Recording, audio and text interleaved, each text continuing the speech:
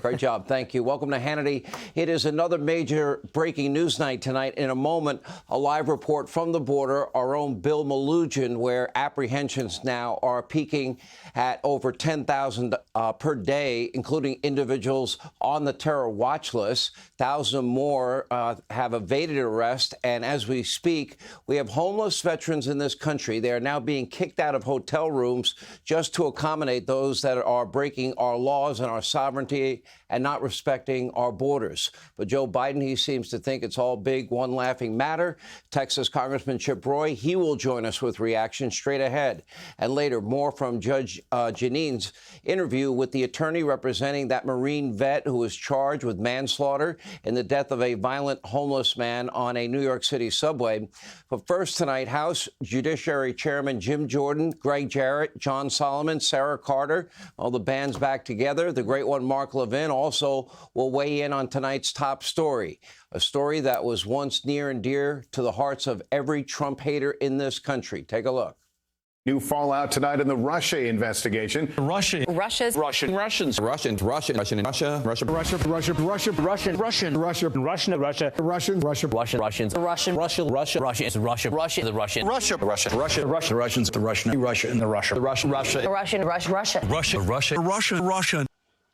Now, the left's Russia hysteria has officially come to an end after years and years and years of waiting. With the 2020 election safely now in the rearview mirror, the DOJ has finally published the findings of the Durham probe. Remember that?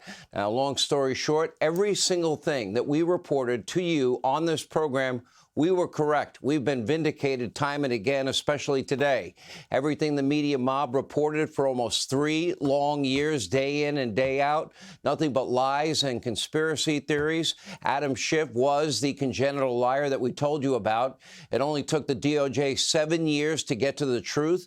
Pretty incredible, damaging corruption that sadly is now going unpunished and will remain unpunished. But tonight, to be clear, there is no dispute. Trump-Russia collusion never, ever happened. It was a hoax and a lie, but more appropriately, it looks more like an attempted coup, a nearly 3-year running political smear job against Donald J. Trump, all orchestrated by Democrats with the help of the DOJ and the FBI, and, of course, the never-ending lies of the media mob. They spoke with one voice, and according to Durham's findings, there was no legitimate reason for the FBI to even open their investigation into Trump-Russia collusion, laughably named Crossfire Hurricane. Quote, the Crossfire Hurricane investigators did not and could not corroborate any of the substantive allegations contained in the Steele reporting, nor was Steele able to produce corroboration for any of the reported allegations, even after being offered $1 million or more by the FBI for such corroboration.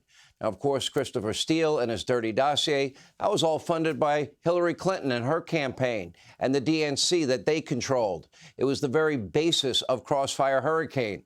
As Durham put it, quote, there was significant reliance on investigative leads provided or funded directly or indirectly by Trump's political opponents. In other words, in the height of a presidential election, the Clinton campaign literally spoon-fed a baseless political smear against her opponent to the FBI. The FBI then eagerly tried to corroborate all these baseless smears. And when they couldn't, well, the Bureau still used the unverifiable Steele dossier to then go to a FISA court, lie to a FISA court, saying it was verified, it's unverifiable, for the purpose of ruining one man's life, Carter Page, to spy on a backdoor way on the Trump campaign, later his transition team, and then a president of the United States. Now, the total dossier was the very basis of a FISA application, 3 subsequent renewals. They lied 4 times to a FISA court, lying to a court at the top of a FISA warrant. It says verified. It was all unverifiable.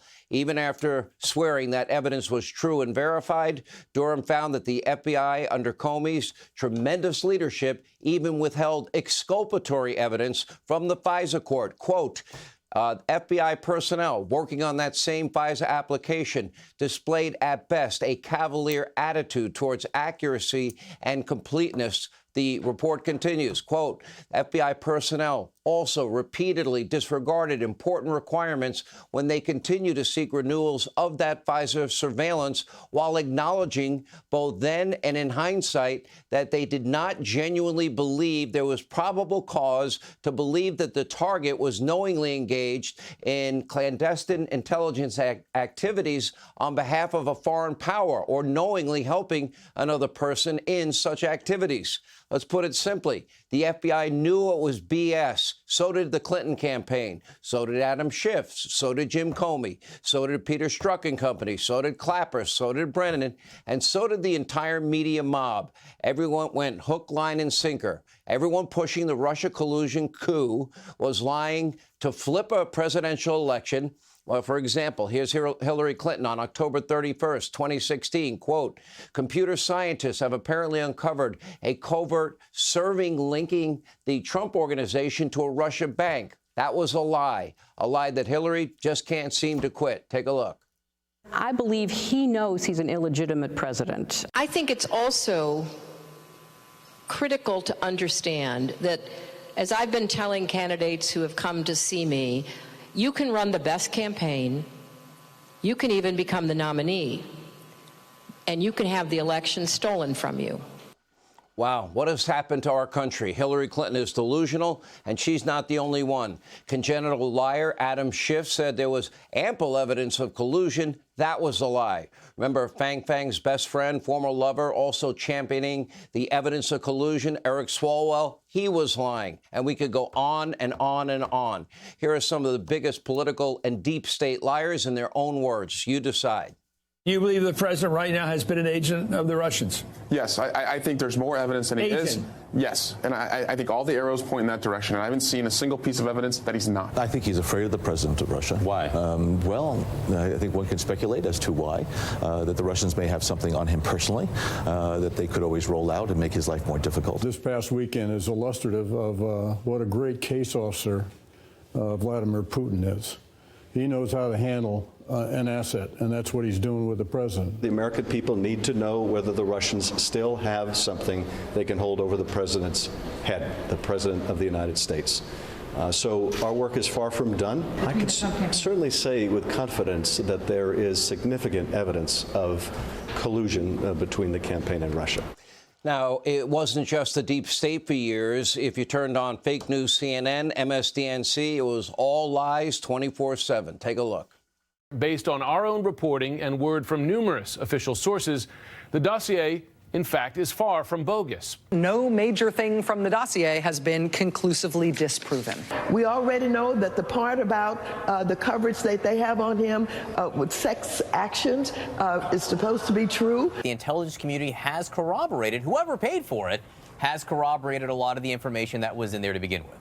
Correct. There are actually substantial portions of what was in the Steele dossier, which was a raw intelligence document, that have indeed checked out. You know, I think we're going to actually have to stop calling it the infamous dossier. Increasingly, it's the accurate dossier. Increasingly, it's the damning dossier. Not one word has been disproven. In fact, a lot of it turned out to be right on the money. The dossier, right, which looked sort of out there at first, is getting truer and truer and truer as facts come out. But some of the substantive content of the dossier we were able to corroborate in our intelligence community assessment. It hasn't been discredited. In fact, it's been the opposite. It's been corroborated. Really? Yes. Really? Oh, okay. Your intel community. Your intel community has corroborated all of the details in there. The meetings, all the details, not all the details. Hold on, Congressman. Let's go over it. They were all lying, or at best, they didn't care to know the truth. The New York Times, Washington Post, they got Pulitzer Prizes for their lies. But now, will any of these people ever be held accountable? Of course not. The media mob is still dishonest. The FBI is still politicized. The DOJ is now weaponized more than ever. And the Democratic Party is pulling all the strings. Hey, Sean Hannity here. Hey, click here to subscribe to Fox News YouTube page and catch our hottest interviews and most compelling analysis. You will not get it anywhere else.